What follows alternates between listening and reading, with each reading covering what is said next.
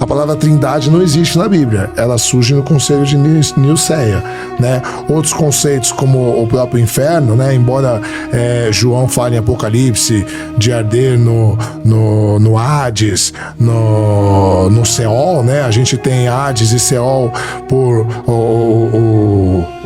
o Hades é a sepultura comum da humanidade, ou seja, o cara quando ele morria, ele era enterrado numa tumba, isso é o Hades. O Seol era uma área que existia fora dos muros de Jerusalém, onde tinha enxofre, muito enxofre, e aí pegava fogo 24 horas por dia. Então tudo que caía no Hades era destruído, não ficava sendo torturado, era destruído. Então além de Apocalipse, e na Bíblia, então além do Apocalipse ser uma linguagem muito simbólica, quando ela fala de Hades e Seol, ela está falando na verdade de uma destruição eterna, não está falando de, e eu estou usando agora a doutrina bíblica, tá? Não estou usando, não está falando de uma tortura infernal, até porque o apóstolo Paulo em Romanos 3:23 ele fala, o salário pago pelo pecado é a morte. Se o salário pago pelo pecado é a morte, qual é a lógica do inferno torturante para a eternidade? Que Deus justo é esse que você, durante 70, 80 anos, você faz merda aqui e você vai passar 1 trilhão, 2 trilhões, não é 50 trilhões de anos,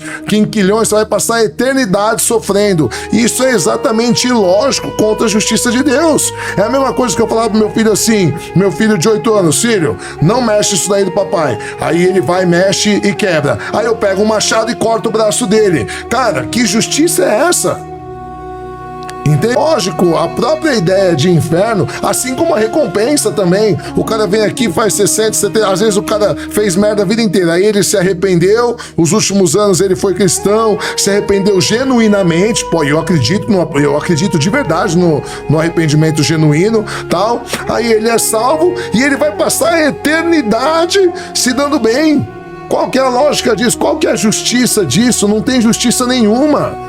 Entende? A própria ideia de céu e inferno, ela depõe contra a ideia de Deus todo justo e todo poderoso. E aí Ludwig Feuerbach, que era professor de teologia, escreveu um livro sensacional chamado A Essência do Cristianismo. Ele vai dizer: nós criamos Deus à nossa imagem e semelhança para ser o suprassumo de tudo que gostaríamos de ser e não somos. Então o ser humano gostaria de ser amor, Deus é o suprassumo do amor. Deus, o humano, você gostaria de ser justiça, Deus é o suprassumo da justiça. Você é ser benevolente e assim por diante. E aí Feuerbach vai dizer: é impossível Deus ser o suprassumo do amor e o suprassumo da justiça ao mesmo tempo, porque o suprassumo do amor, ele pressupõe benevolência, ele pressupõe passar por alto, ele pressupõe perdão, ele pressupõe deixar pra lá, enquanto o suprassumo da justiça pressupõe rigidez, pressupõe castigo, pressupõe não deixar pra lá. Então não tem como ele ser o suprassumo dos dois ao mesmo tempo.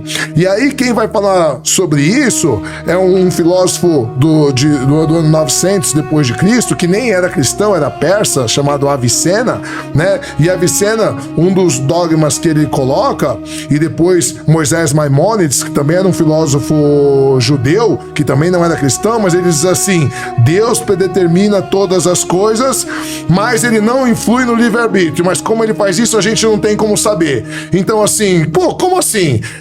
E é isso que me pega na religião, na Bíblia. Tem coisa que chega uma hora que não, tem que acreditar. É os dogmas de Deus. Por que eu tenho que acreditar se é ilógico? E várias doutrinas são ilógicas, como eu mostrei aqui agora.